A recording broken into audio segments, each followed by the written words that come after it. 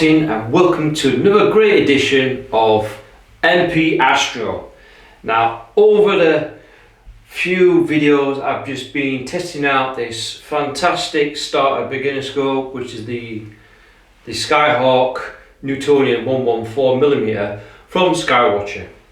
And so far, every time I've been using it, I'm just being overwhelmed on how capable such a good starter scope can be.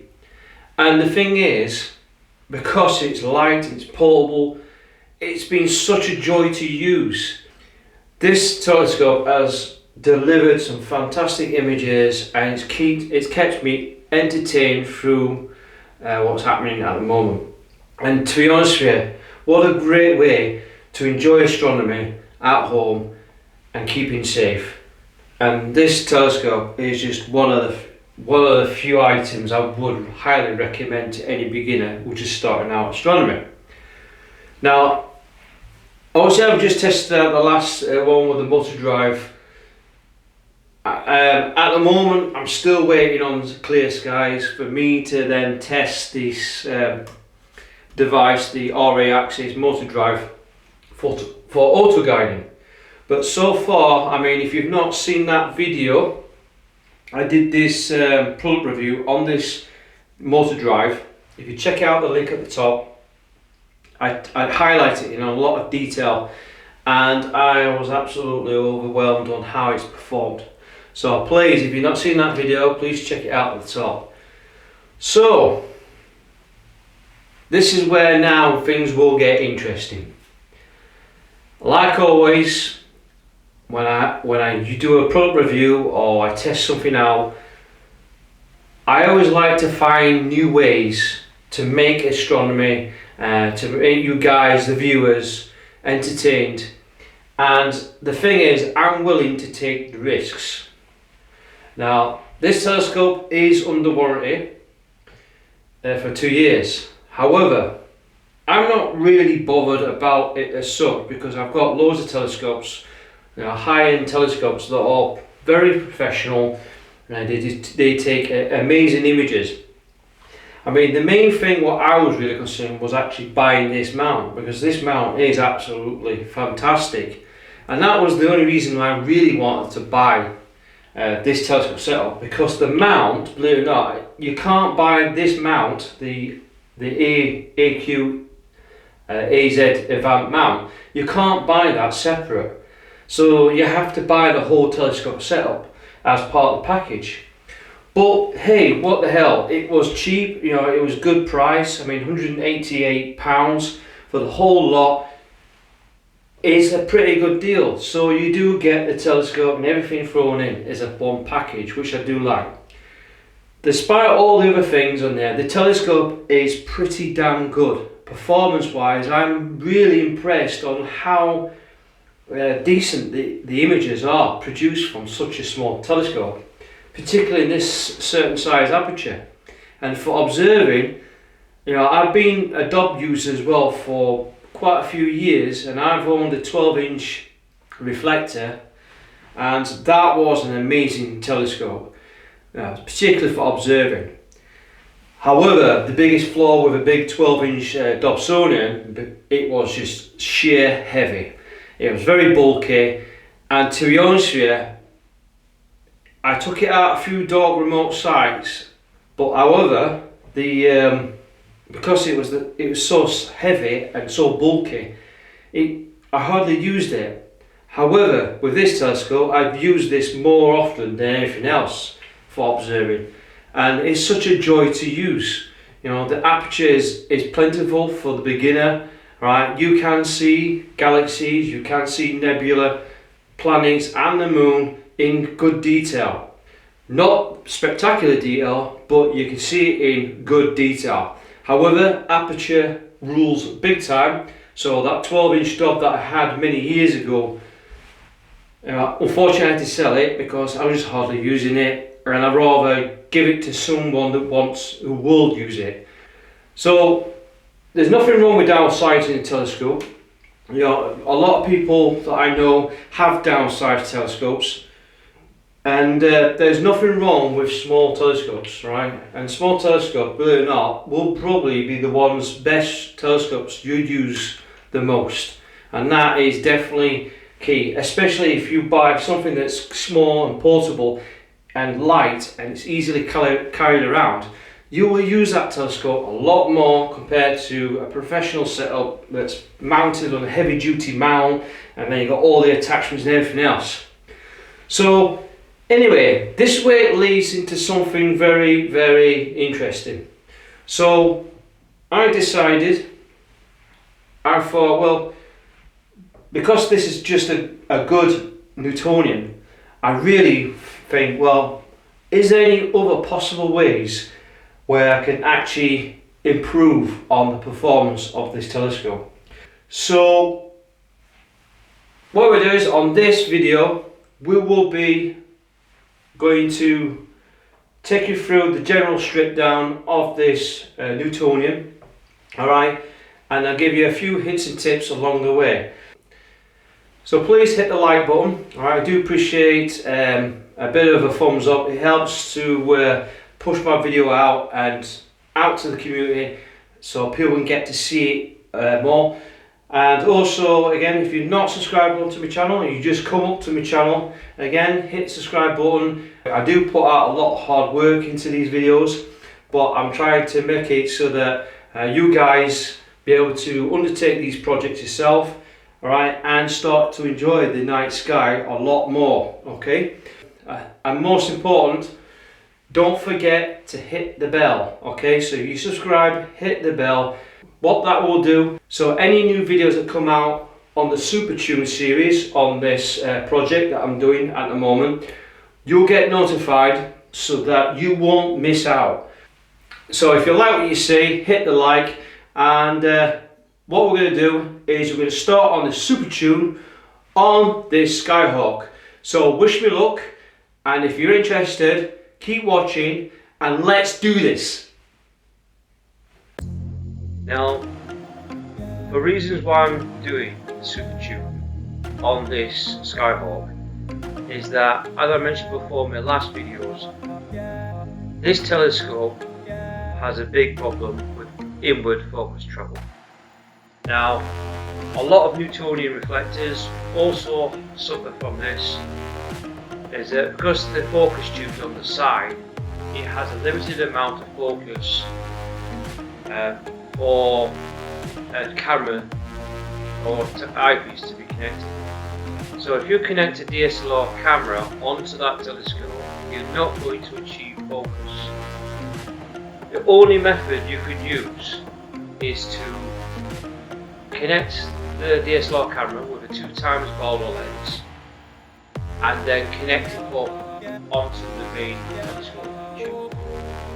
Now the main problem with this is, as well as having that telescope being a focal length of 500mm, using the 2x Baader will increase the focal length to 1000mm, and you're doubling the focal ratio of that telescope.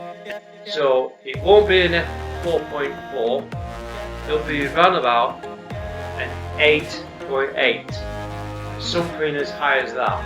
And what that does is, as your imaging is going to take you longer to take an exposed shot of an image of a deep sky object, and it takes longer to process it through to the camera. You have a narrow field of view, and if you're looking at dim objects, because it's a magnified image, objects will appear dimmer.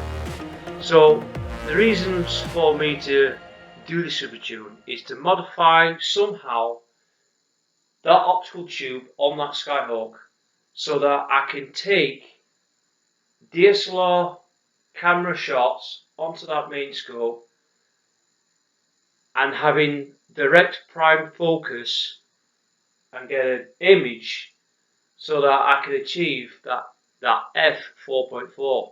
That f4.4 is very crucial if I want very quick, speedy exposures. So this is the reason why I need to super tune this optical device. So follow me through the stages, bit by bit, as we go through the disassembly and the process of the super tune. The necessary parts that you do need, and it is required, is this. Now if you've got a mirrorless camera like the Sony A6400 that I got, you'll need a T-piece like this. Now this is the Baader series T-ring Sony for E or next bayonet.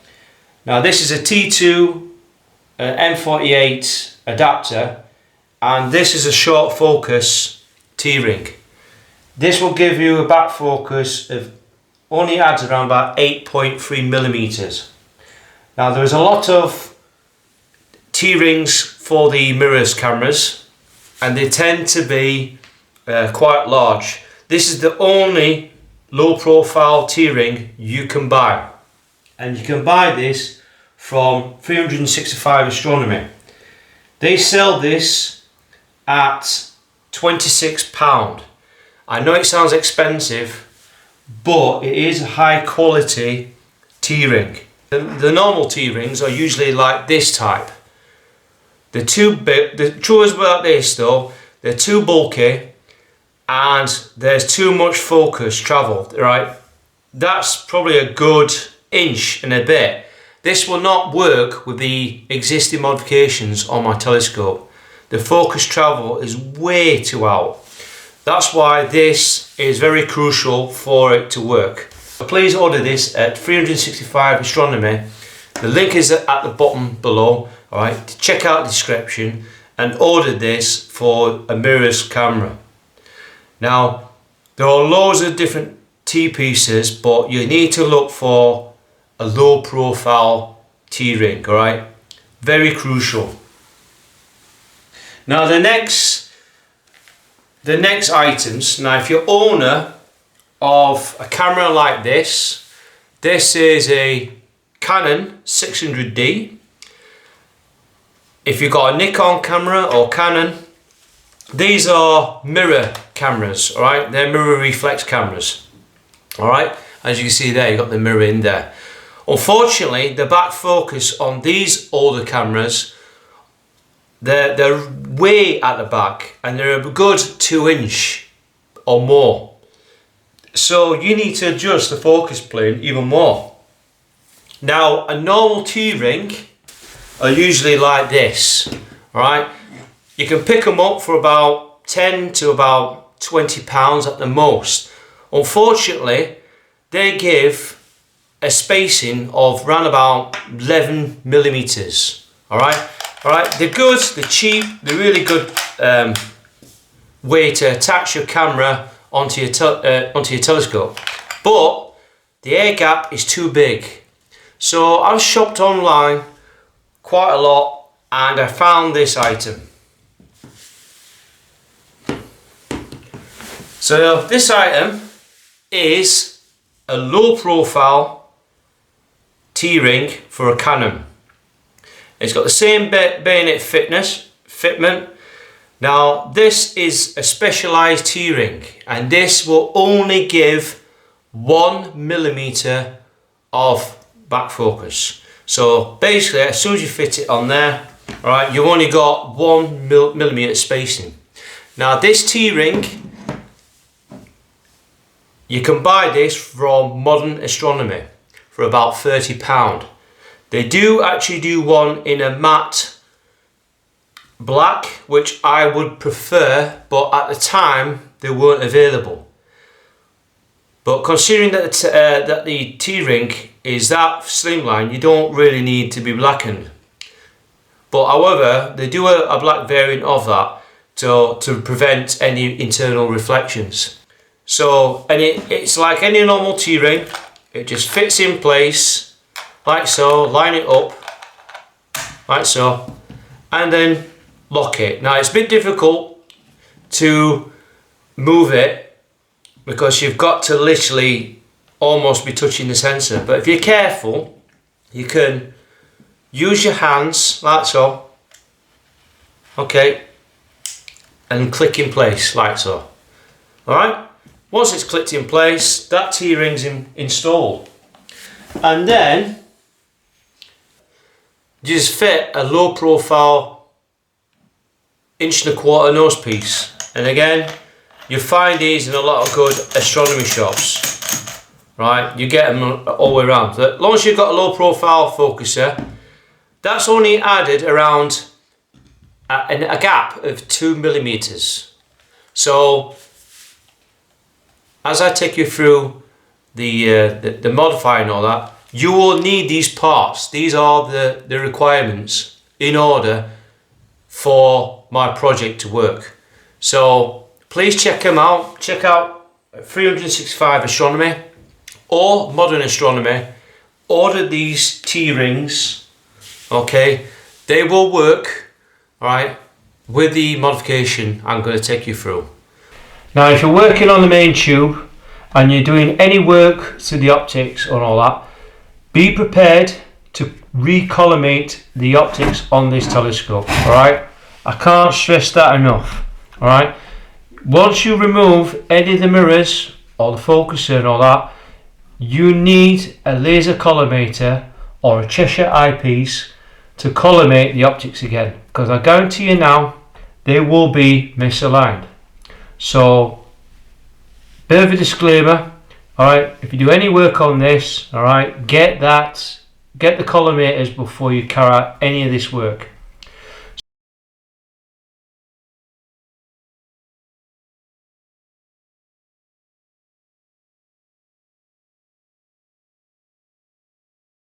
Well, what I need to show you, to find your focal focus distance between the secondary and your camera, what I do to find that out is I make sure I remove the focuser. So the focuser is disconnected from the main tube. The secondary and the primary mirror are installed. And then I get my camera. You can put a T-ring if you wish, but to be honest with you, have it exposed like that so you can see the sensor. Okay, you put it in live view, alright, and you can place it over the focuser. Okay, now this is where it's a bit tricky to get your distance as accurate as you can. So when you're imaging, you imagine that your camera sensor is over the top, right, and it's focusing down that tube. Now the top tip, what I would suggest is point the telescope at the furthest object you can see, and I would suggest use the moon. So point the telescope towards the moon, okay, and as you get to the moon, alright, in that general direction, as soon as you get to see it in the secondary mirror, alright, get the camera using the live view, and you need to focus in and out of the tube, okay? To measure using a measuring device like this, and I'm going to fit it over, and I'm just going to slide the camera back and forth, okay? So you can see where I've aimed it on the tube using this right angle. This is in centimeters, and I just focus in and out until I get my gap. As soon as I get an image and it's focused, I highlight from the edge of the tube to the base of that, okay? And I've measured that camera and that piece there to determine my gap, and that will determine how much I need to take off this, to take off the tube. Okay, so I need to shorten the tube down. So at the moment, my focus distance on this camera with this telescope, and this is a Canon 600D, this is around about 16 millimeters. That is the gap between the tube and the camera, right, for it to go into view. Right, 16 millimeters, and that's not a lot. Now, you need to measure the total distance of this focuser, right?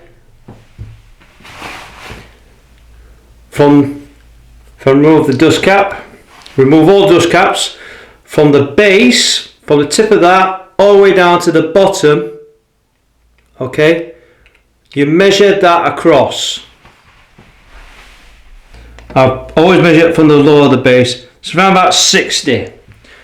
Okay, so it's around about 60 millimeters or 6 centimeters.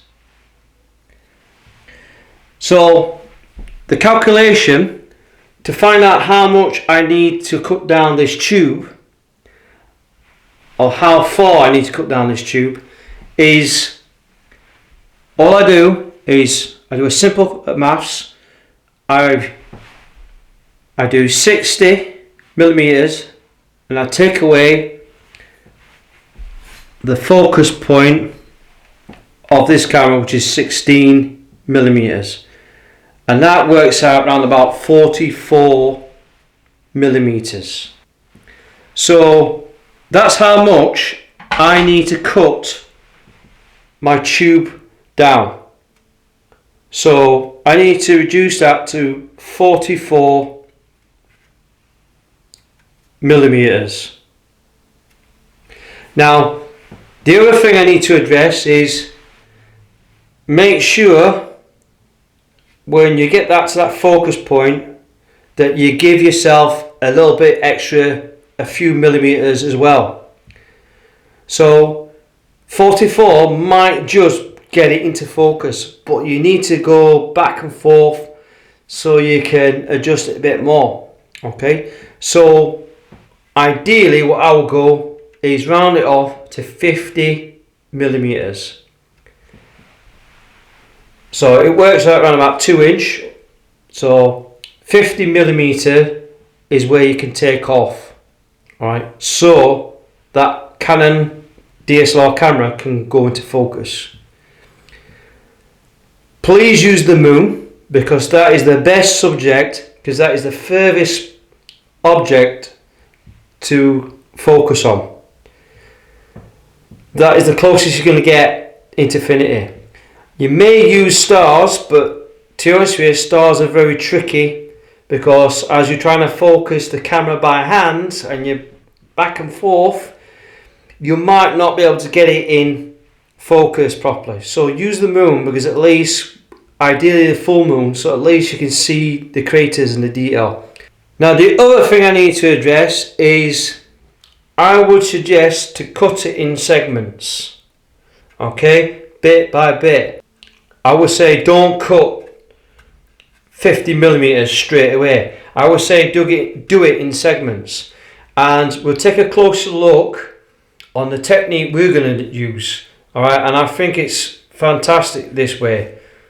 So I'm going to show you another way to get a nice straight edge to cut that tube.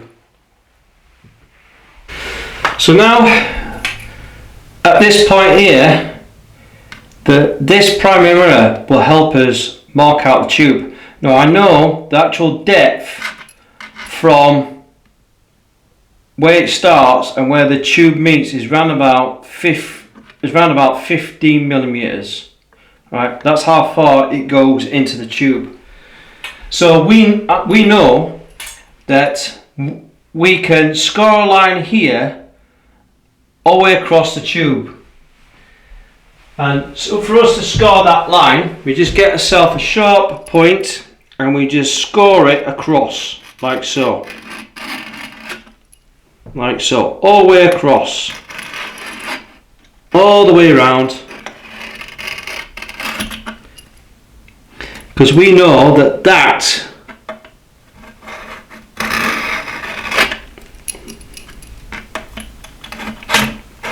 because it's a straight edge, we know that that is straight. So once we've marked that edge, so that'll give us our cutting line of 15 millimeters.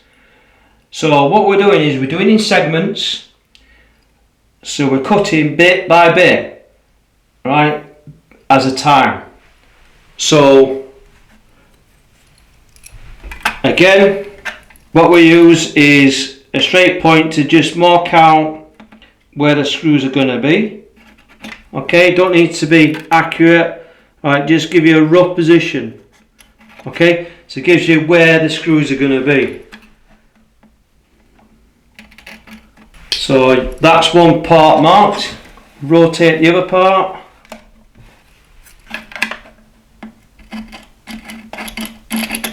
Okay,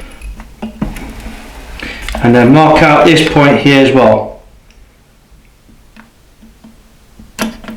from the screw. So you've got rough markings now. Either way, okay, where those screws are going to be. Okay, so when we cut it down and we fit the tube back on, we do it in segments, bit by bit. Alright, nothing to just rush into there. Alright, we've got a data line here where we're going to cut.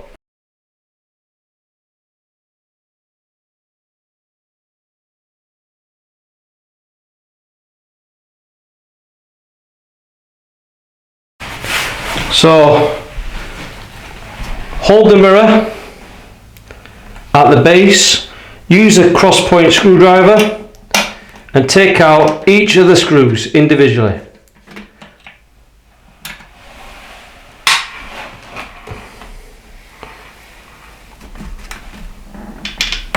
You can twist the tube as well. So hold the mirror, carefully take out the screws, rotate, take out the last screw.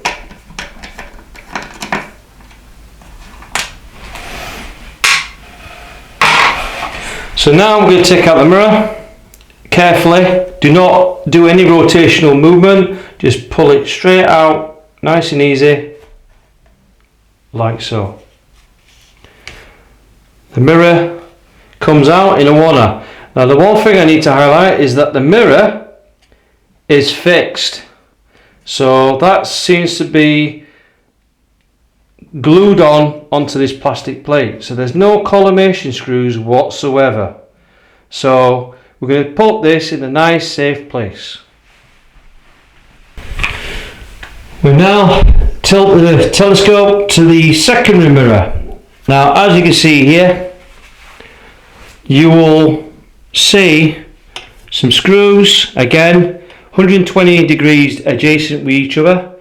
These are 3 Phillips screws and are held in. Now if you take a closer look here, okay, you see these screws here either side, like so. So what we do is we get a 7mm ratchet and wrench. You can use spanners. Carefully get inside without touching the secondary mirror. Okay, as you see, you don't get much room there. Take one little piece like so. Okay, if you get an item that's dropped, don't worry, because you removed the primary mirror, so you don't get that. So you take out the screw. See how delicate it can be. So we take out the bolts and the nut. That's one bolt and screw removed. We can then work on the next one. Again, same detail. Okay, remove that. Okay, that's the other screw removed.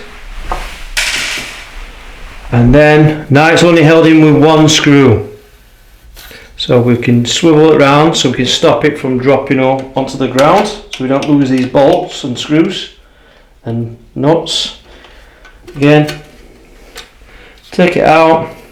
Now these aren't tight, right? These are only here to hold the secondary mirror, right? They're not torque tight. They're just nipped up. Okay, that is it. Right, so all 3 screws removed. So now hold both hands and slowly, don't twist it, just pull it out, withdraw it out. So now your secondary mirror is removed. Have you noticed here they're all fixed? It's a fixed unit, so it's a fixed spider. It's very simple design, right? And you just take that and put that into a nice safe area. Get the screwdriver. If you can't reach it with your screwdriver, put the focuser into place and you should be able to reach it. Okay, there we go. And then get the socket.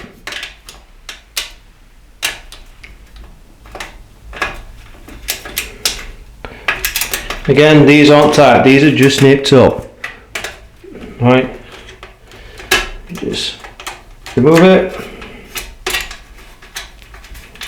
Extract the screw and the nut, then take out the other 3. Now you can't really see it as such, but there are another, there we go, there's the other screw. So we've got that screw at the top, that one there. Okay, again, slacking it out.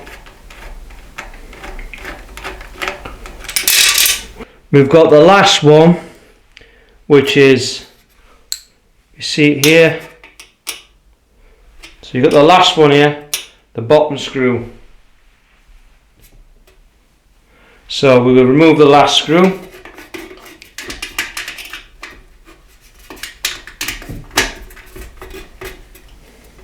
Okay, remove that.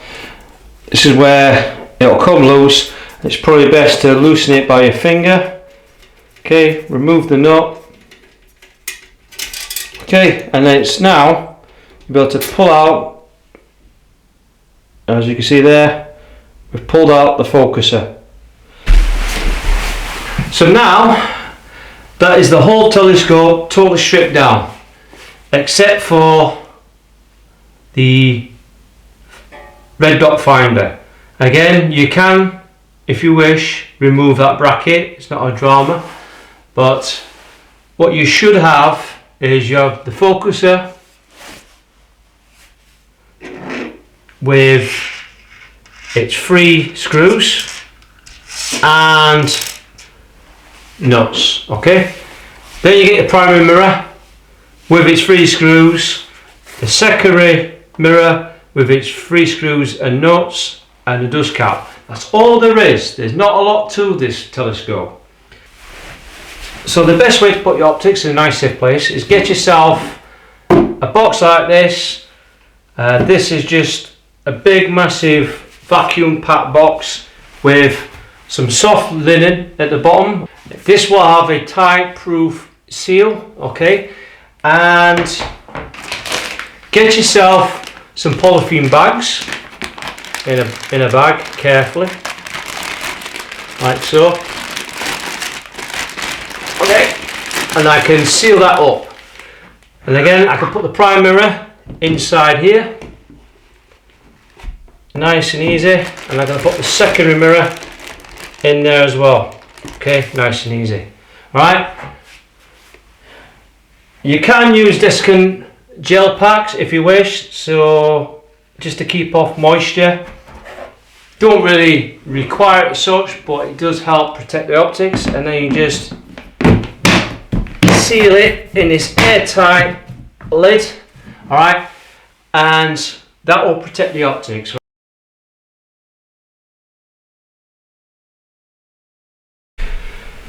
Now you can use masking tape or electrician's tape to tape up against the seam.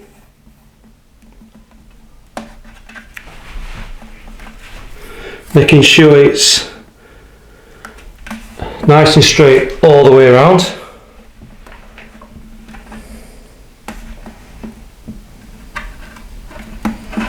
So make sure it's nice and flush.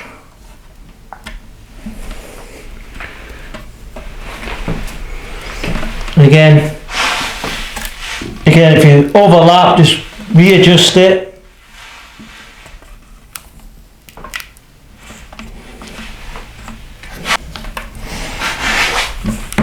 And just pull a piece off. Okay, you don't have to overlap it. So you've got a nice straight edge there. Alright, all the way across. Now we're going to remove the primary mirror.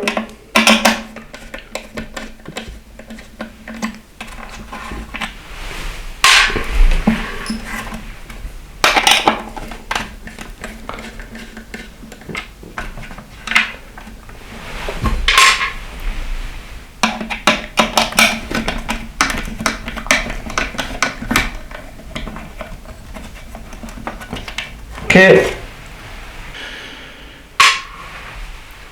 so that's the primary mirror removed, and as you can see we've got a nice straight edge all the way around. So we're on this part now. Now this is the most nerve-wracking moment I've ever had to do in my life. Well, one of the nerve-wracking moments, and to be honest with you, I'm not really too happy about doing this. However, you know, we've got to try and shorten that short focus. We need to get that focus on that camera. So, like always, we've got bare and grizzy. But the thing is, with this technique, is I'm taking bits by bits slowly. So, when you're cutting this, ideally get yourself a Dremel with a cutting disc, because I find that smaller hand tools will be easy to work with. Most of all, don't forget PPE, face mask, good old goggles and gloves. Okay, so we're going to just cut this, and I'm actually quite nerve-wracked, to be honest with you, because it's not like me to destroy things. However, we're doing it so that we can get this sorted out once and for all, and then we reduce that and stop that short focus. So here goes. Here goes.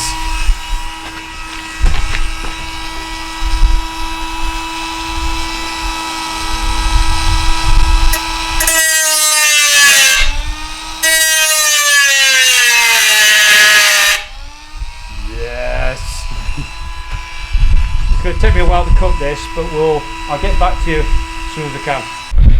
So now we've got the tube cut down, and I've cut all the way across as straight as I can. Now on the main tube itself, do not worry if you sort of undercut it, but it's better to undercut than overcut. So all we can do now is, because it's not the straightest edge now, you can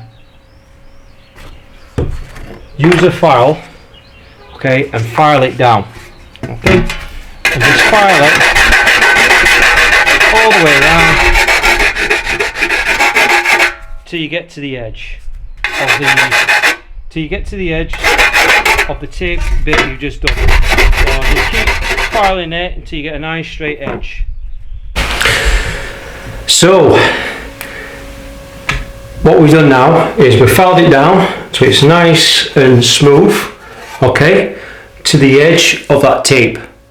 So what we've done is we've washed out the tube with just warm water to get all the fragments of dirt and metal filings. So we take off the tape like so, all the way around.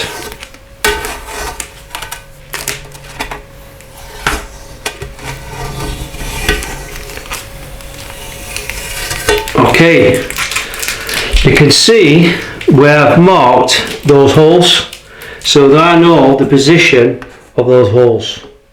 So we've got the secondary mirror the red dot finder and the camera. The camera is set in live view. I've fitted my low profile T-ring for the Canon, and because of the nature of this, all I want to do is make sure that this is brought into focus. I'm not going to drill any holes because I've already marked out the lines. So what I'm going to do is I carefully place the primary mirror over and I hold it there. Okay, I'm going to set my camera so I can see my target.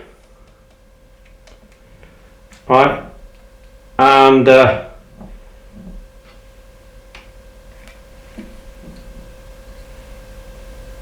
so we've positioned it, and all we're going to do is going to look through the camera, okay, while supporting the prime mirror. So don't worry about the optics at the moment, or don't worry about the collimation. The main focus is try and get that image focused. So what we're going to do is we're going to take a close look from here.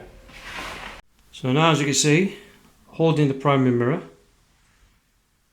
the camera is focused all the way down the tube, and we're starting to get a bit of an image.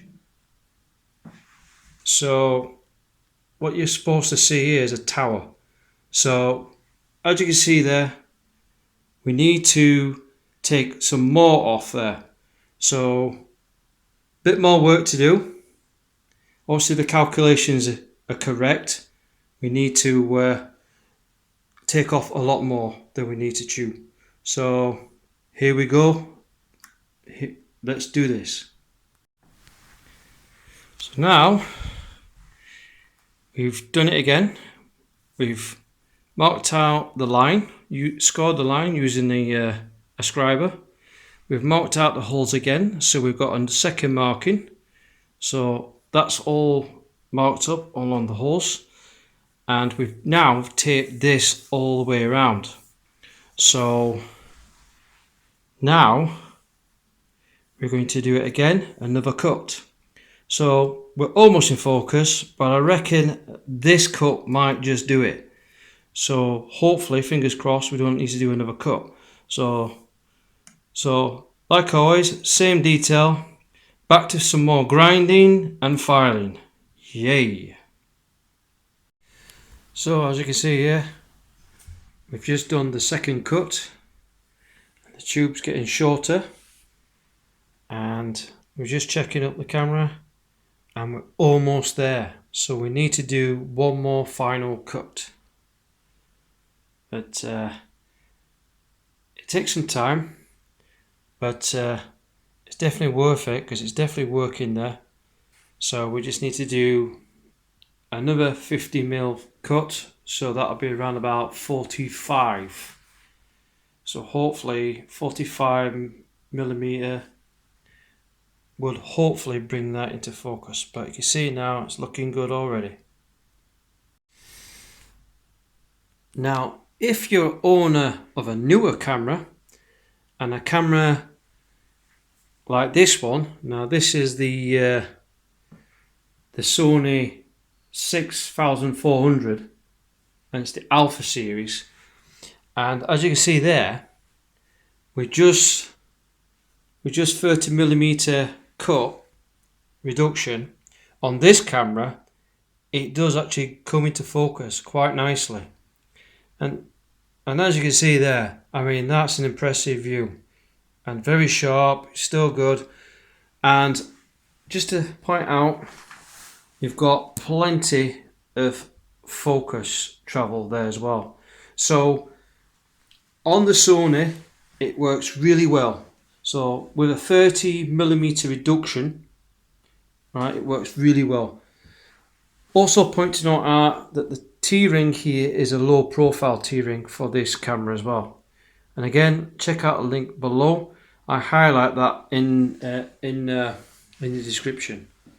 So with the Sony 6400, it works absolutely amazing. So that's a good good build, that. So because it's a mirrorless camera, the sensor is not far too back on mirrorless cameras. So if you've got a mirrorless camera, you will not need to do so much of a reduction. So I just thought I'd point that out to share my findings, and as you can see there, that's a very nice crisp view there, without a doubt. So as you notice, I decided to not cut anymore. So I decided to keep the 30mm reduction, and the reasons for this is, if I take a closer look, we can, if you look at the center of that primary mirror, alright, we're just within the boundaries of clipping it. The other thing is, if you look in the center mirror, okay, we're there, but you can see we're just on the edge, right on the center, the reflection of the center of the mirror. So I decided not to take any more, because it's alright taking a few bits at a time, but if you start taking a lot more, what will happen is you'll start to get stray light which will not hit the secondary mirror. And a lot of imaging Newtonians have a bigger secondary mirror, and that's the reason why you find them a lot more heavier, because the secondary mirrors are a lot bigger. So to sake of purchasing a brand new secondary mirror which is slightly bigger, just to make sure it's all in place, what I decided to do is I measured up the camera of the Canon, and I've noticed that it's actually only 7mm out. So I took off this part here. This is the eyepiece holder. This is 7mm bang on. So what I've noticed is, if it's flush there, right, this point here, the actual focus tube and the holder are in line. Now we're going to test out the camera, and as you can see there, we are focused at that point. So if this was flush, we will be bang on focused. And there's nothing wrong getting to a point where, if you think that that's enough, it's enough. And I've definitely reached the limits of that secondary mirror. I don't want to be clipping that image. And the thing is, all I have to do is just take off somehow to free off that gap. I'm only 7mm out, that is all it is, and then I'll be focused, and it should give me a little bit of play to focus on the stars. Right, here's the focuser, and as you can see, I took it off, and that's what I mean about this. There's a gap there, okay. Such a wasted gap, you know, a 10mm gap, that's all it is. But I would rather have the focuser to be slightly moved in a bit more. However, as I look closely, it is possible to remove at least 5mm from that gap. As you see, we've got this little gap, a 5mm gap, and it's just enough. But look on there, there's a screw here that's not sorting in a way.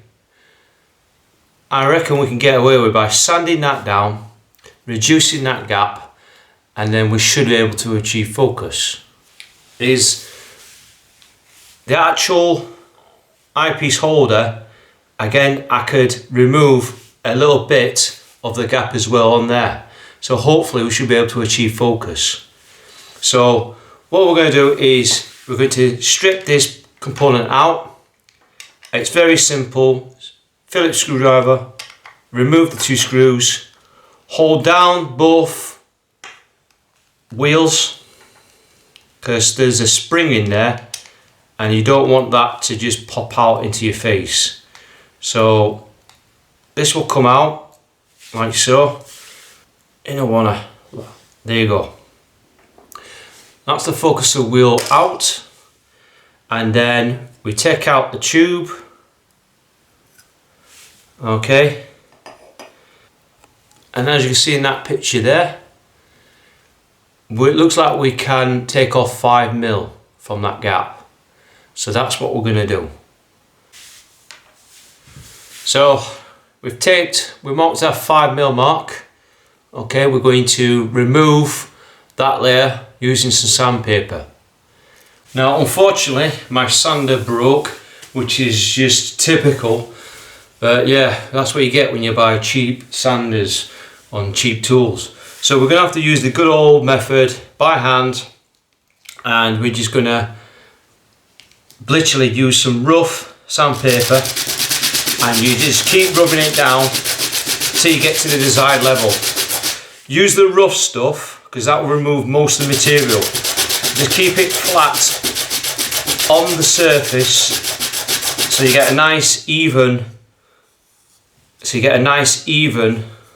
shape all the way around. Okay, so keep doing it until you get to the level. Also we're removing a lot of material, so that's going down really quick, so we just got to keep doing it till we get to the desired length. And then once you get to the desired length, you can then just use a bit of smooth grit sandpaper, like 120 for example, 120 grit, and you just rub it down to give a nice smooth surface. So you just keep doing it until you get to that length. We're now going to finish off using a bit of wet and dry sandpaper, just to give a nice finish, alright, as if it's part of as if it's brand new.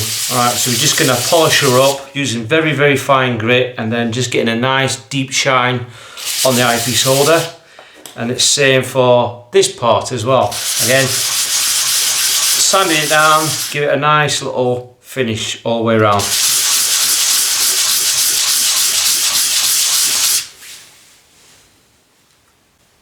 So now we've filed down that plate, and we can now check the focuser, and as you can see there, we are now in line. Okay, we're now in line. I've tried out the focuser and it's almost there, but what I've noticed is it's still pretty much not quite right. So what I've done is I've taped up another 5mm, and with that 5mm it's going to have a bit of a step, and the reasons why I need to have that step is I don't want to cut any further because I won't be able to mount the screw, the mounting screws for the rack and pinion. So what I worked it out is, because of this eyepiece holder, I mean this is at the bare minimum, I can just turn the screws, so I don't want to take any more off this part. I mean, if I had a lathe, I would have liked to have taken a bit more off this shim here on this edge, but I don't have a lathe. So I'm going to cut a little step in there, alright, along here using a Dremel, alright, all the way across, so that, and then I'll file it down. We're going to sand it down like we did with the sandpaper, right, to give us a nice smooth surface. So we're going to cut along here with a bit of a step, and that allows us to go a little bit further in more, and it's not going to risk damaging the mounting for the rack and pinion. So hopefully that'll give me a lot more focus. The only drama with that is it means that the draw tube will go in further a bit more. If that decides to affect the views, then what I will do is I will try and cut a piece off this part here, alright, probably 5mm off, just enough just to give a bit more clearance. But I'm not going to do that until I get the focus, and if it's not affecting the view of the telescope, all right, then I'm not going to do that. But I mean, it is a cheap focuser, and to be honest with you, it's worth to sacrifice a focuser. I'd rather sacrifice a focuser than risk damaging any more on the optical tube assembly. So I'd rather modify the focuser than cut even more material off that tube. So that's what we're going to do. That's the plan. So now this is our finished focuser, and as you can see, I've cut 5mm to 7mm depth using a Dremel, carefully filing down and sanding down till you get this like little ridge. And also I've also sanded down the actual tube mount here. Alright, so it's nice and smooth. Alright, so there's no rough bits, so I took off about 1mm there. And also actually at the stops, because they're quite big stops. Now this is plastic, this is actually a plastic tube, it's not metal. You can grind off these ends slightly so that you'll get more travel on the focuser tube. So that when you slot it all the way in the draw tube, it should fit flush like that. So basically you've got like a low profile focuser.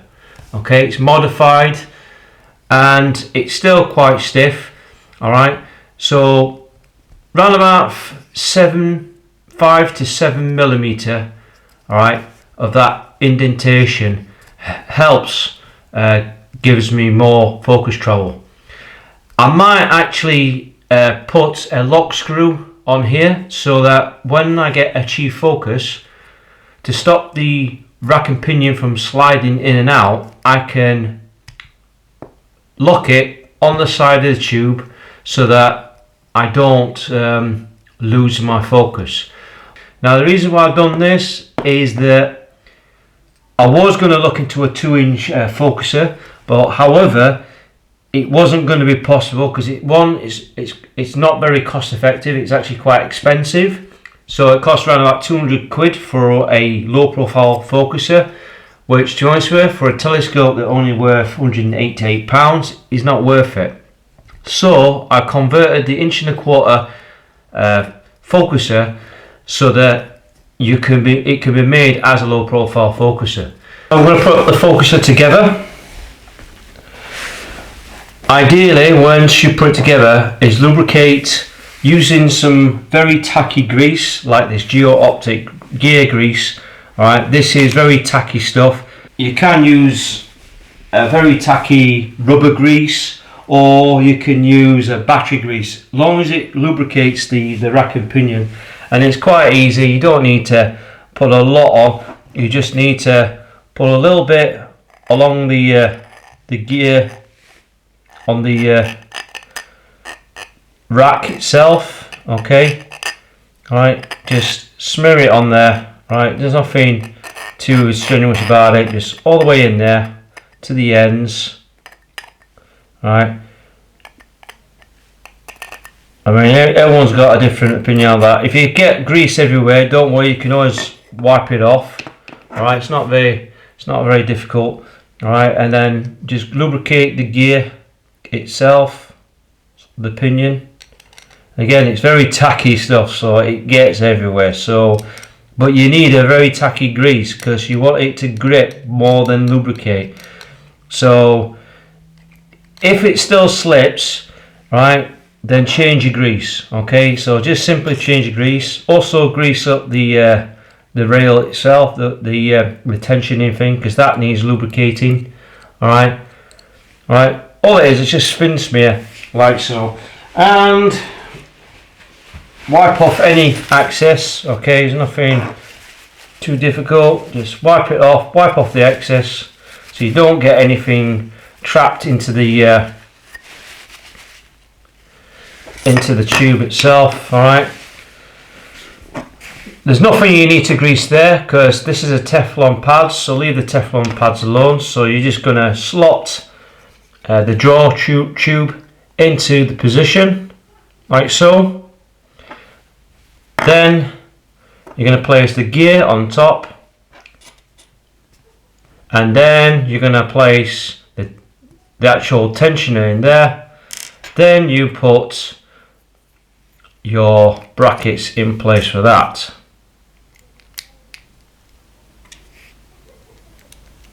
Place the screws.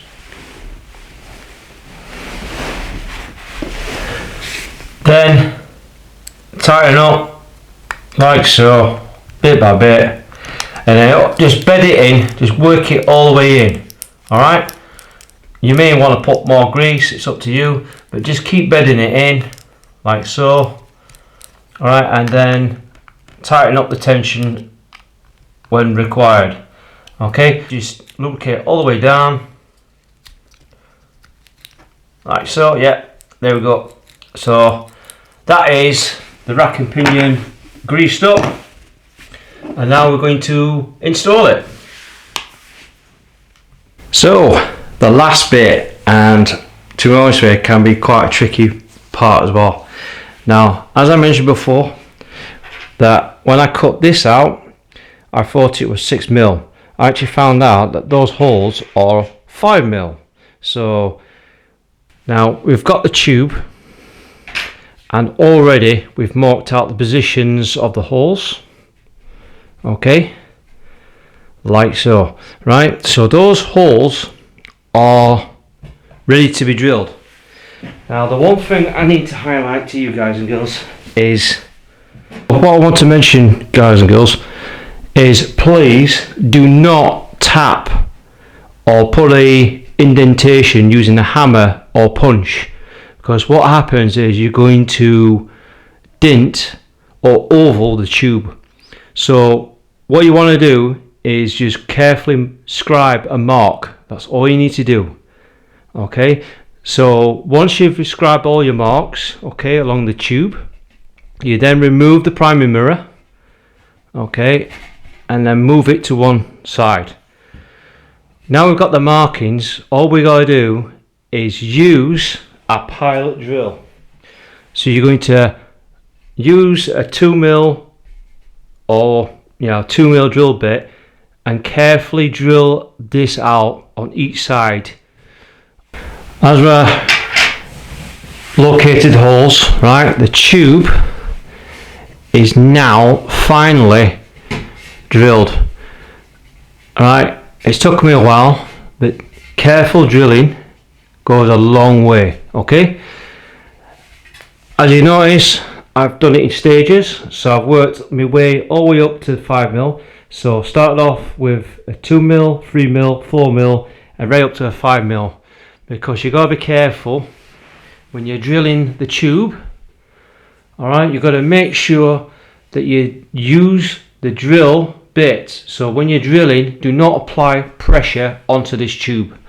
Let the drill bit do the work.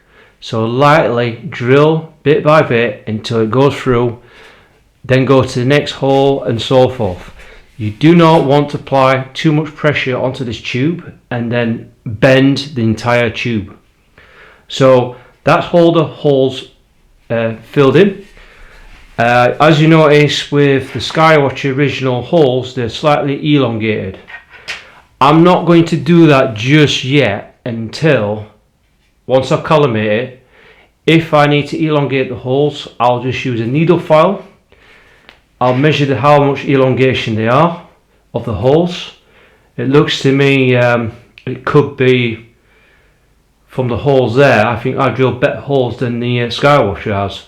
But from that, it looks like I've drilled. It looks like the elongation is around about 6mm elongation.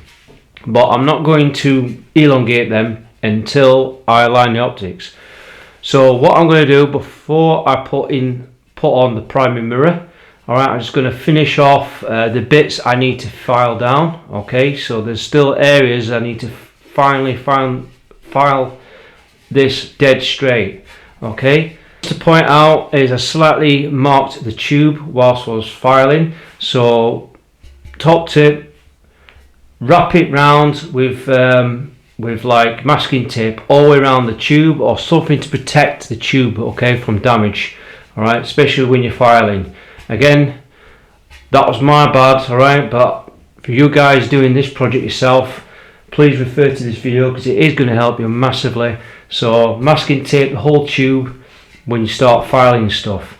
So I'm gonna, once I finish filing, I'll then wash out the tube before I put on the primary mirror. Okay, you don't want to install any metal fragments in there which can harm your optics. We've now got the tube finished. Also now the actual surface here is now being filed down very accurately, and I've just sanded it down so it's nice and even all the way around. This part is very crucial. If you want a nice straight good collimated primary mirror, then this will sit nice and easy. Okay, so that's now this part done. All I'm concerned is getting this primary mirror fixed onto this tube. Okay, and what we're going to do is just line it up like so.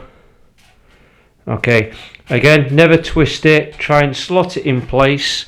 Okay, alright, nice and easy. It will go in eventually. And again, this is the reason why you should not apply any pressure to the actual tube. Alright, and there we go. So we've got the holes aligned. We then get a screwdriver, and then you're just going to apply each screw right in there like so. Okay, now if your drilling's good, all your holes should be inlined like mine are. Again, if not, just elongate the holes slightly, but ideally if you've done them correctly like I have.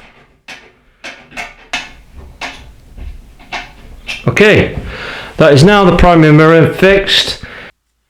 We've installed the focuser, which is now a low profile focuser. We've kept the primary mirror as it is at 30mm reduction, and we've freed off the 7mm, 5 to 7mm of play, and we're going to test her out. So bear with me, the moment of truth. So we're focusing it in.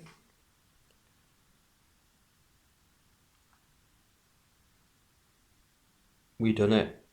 Yeah, we done it. Look at that. Wow, what an improvement. That is absolutely amazing. And the good thing about this modification is I've improved the focuser, so I've still got a bit of play in between. Okay, so I've got a good amount of play in there, but at the moment it feels so much smoother because of the grease, and wow, what a difference. So I can go back and forth. That's brilliant. I'm absolutely chuffed. And the good thing is I'm at ISO 100 at 1,000 of a second, so it just shows you how fast that is now at capturing that light. So we've collimated the optics. As you can see, the secondary is in the center and the primary mirror is in the middle of the, yeah, there we go. I was going to do a primary dot alignment, which is basically a little donut that you can stick onto the center, dead center of the primary mirror. But to be honest with you, this is only a basic telescope. To be honest, I'm not really too fussed, but you can do it, and there are some good astro shops that will sell this self-center thing, self-center kit, which you can use it like a clear decal and then align it onto the primary mirror, and then you put your center spot or dot or donut onto there. It makes collimation very easy to do. But I'm not really too fussed. We're now going to try out the eyepiece, and now when you fit an eyepiece, it's not going to focus at all, because basically we just moved all that, the mirror and the low profile focuser closer towards each other. So you're going to need an accessory like this. Now this is an extension tube. This is a 35mm extension tube, 1.25". You can get this from Telescope Service, but you can get them from a lot of good astro telescope shops. So again, all it is, you have to add the extension tube.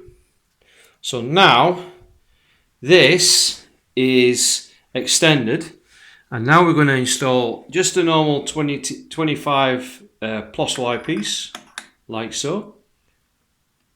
So hopefully we should be in focus. Now, wow, what a result! And again, I can focus in and out, like so. Again, that is unbelievable. Look at that.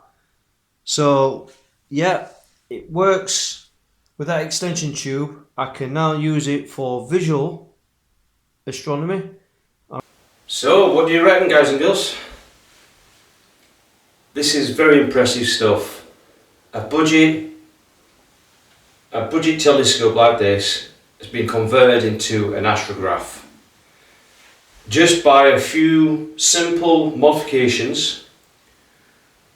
Modifications to the focuser and shortening the tube. Now bear in mind, you can shorten the tube even more, but I would not recommend it, to be honest with you. Now I've seen a lot of videos that are showing that you can shorten it to 2" or whatever, but the point I need to make is not all telescopes are the same. Different manufacturers who produce these telescopes are very different from one each other. And the thing with this telescope is, for me to just load to 30mm, this focuser tube itself is already a shorter variant. So all I did was just make that just a little bit better, just make it even a bit shorter to get enough travel. But you must take your time, take it in steps, and make sure you don't rush the job, okay? So once you've done the modifications, test it out, and believe me, all you got to do is see for yourself. So far, I can now take astro images using the focal ratio of 4.4. I'm maximising as much light, so when I take astro images, the advantage of that is I'll be able to capture deep sky objects a lot more quicker with shorter exposures, alright, and get some decent images. Instead of using the traditional Barlow method, using the 2x Barlow, which I'm increasing the focal length, and that means more time to expose the image, and also it's pushing the limits on this basic mount. So by utilising the exact focal ratio, you're going to get the maximum light grasp and the light photons being collected at such a fast pace. If I was taking a 30-second shot of Orion Nebula, if you saw part 3 on the Skywatcher 114, right, check it out, I was getting that 25 to 30 seconds with a lot of detail. Can you imagine what it'll be now using the f4.4? It'll be twice as better. I might even be able to see a lot more of the darker entrails and stuff like that. So the thing is I need to highlight is you can do it on this budget equipment, but there's one key thing I need to address is if you do this modification, alright, be aware that you will void your warranty on this telescope. And it sounds crazy, but to be honest with you, if the warranty runs out on the telescope, by all means do it. Have a go, see for yourself what you can do. And to be honest with you, I think it's worth it, but you've got to make sure you do it correct, right? You've got to follow the instructions as I'm going through the video, and just follow it through and have a go yourself. It is worth it, but you will void the warranty of your telescope, just to make you aware. So far we haven't got clear skies as such, so I'm still waiting on that, because I can't wait to test this out. You know, this amazing 4.4 photical ratio is going to be impressive stuff. So the DSLR objects are just going to pop, alright, through this scope. So look forward to another part, because there will be another part of this telescope. Because I've got the free time, I'm going to utilise the time to find new ways to improve on this telescope. So look forward to the next part of this Super Tune series. Please feel free to like, share, comment in this video, but also hit the bell. Alright, if you're not subscribed, subscribe onto my channel and hit the bell. Hitting the notifications will keep you updated on the new videos coming out soon. And believe me, follow me through these astro adventures. Alright, I'll take you through what you can achieve using budget equipment. Alright, and believe me, I've got a ton of stuff, and so far I'm producing some outstanding work here, and it's been quite hard with the amount of video content I'm working through at the moment. But so I'll be doing a lot of editing and all that to go through, but believe me, for you guys and girls, alright, I'm going to open new doors for you to see what's out there in space using budget equipment. So thanks again for watching. Remember, stay safe, and I wish you all clear skies.